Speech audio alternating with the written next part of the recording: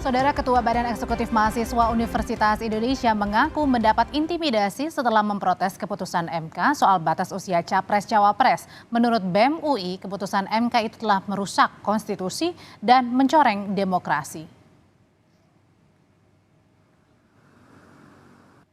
Keputusan Mahkamah Konstitusi soal batas usia Capres-Cawapres yang menjadi karpet merah bagi putra Presiden Joko Widodo, Gibran Rakebuming Raka, untuk menjadi bacawa pres Prabowo Subianto diprotes banyak pihak.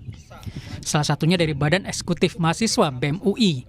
Ketua BEM UI Melkisedek Huang mengkritik adanya upaya merusak konstitusi dari kaum muda yang dapat mencoreng demokrasi. Melki juga mengkritik perlunya azas kesetaraan bukan karena privilege anak muda bisa mendapat karpet merah di Pilpres. Ini bukan soal kita dukung Prabowo, dukung Gibran, dukung Ganjar, dukung Anies, Caimin, bukan. Ini adalah soal kita menegakkan konstitusi. Kalau gerbang kita untuk keamanan kita yang adalah konstitusi sudah ditabrak habis, sudah dihancurkan, sudah diinjak-injak, artinya gerbang pelindung kita di masa depan untuk menjanjikan kebebasan, kesejahteraan, kesetaraan, dan perlindungan maksimal sudah tidak ada lagi. Akibat aksinya ini, Ketua BEM UI Melkisedek Huang mengaku mendapat intimidasi termasuk keluarganya di Pontianak, Kalimantan Barat. Ia menduga intimidasi tersebut berhubungan dengan gerakan mahasiswa soal putusan Mahkamah Konstitusi terkait syarat minimal batas usia Capres-Cawapres. Lalu ibu saya di rumah nelpon, ada orang dari aparat tentara, TNI, dan aparat kepolisian yang datang ke rumah, nanya-nanya ke ibu saya, Melki kira-kira balik ke Pontianak, kampung saya itu kapan? Melki kira-kira kebiasaannya tiap malam ngapain? Ibu tiap malam pulang jam berapa? Guru di sekolah saya di SMA Negeri 1 Pontianak pun ada yang menelpon, katanya menjelang putusan MK ada yang nanya, Melki itu pas di sekolah gimana? Melki itu tiap hari kebiasaannya apa dan lain sebagainya.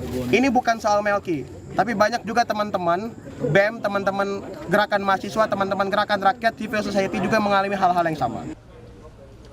Menko Polhukam Mahfud MD akan mengirim tim untuk mendalami dugaan intimidasi yang diterima Ketua BEM UI Melkisedek Huang dan keluarganya di Pontianak, Kalimantan Barat. Baik Melki maupun orang tuanya harus dilindungi. Tetapi mungkin saja yang mengintimidasi Melki maupun orang tuanya Melki, kalau itu hanya dengan telepon gitu, mungkin saja sesama warga sipil, mungkin kan, mungkin. Jadi belum tentu aparat juga, kecuali yang datang orang memeriksa lalu mengaku dari aparat. Nah itu tidak boleh.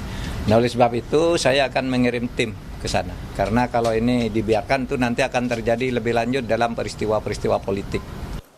Putusan MK soal batas usia Capres-Cawapres berujung pada dicopotnya Anwar Usman dari jabatannya sebagai Ketua MK karena terbukti melakukan pelanggaran kode etik berat.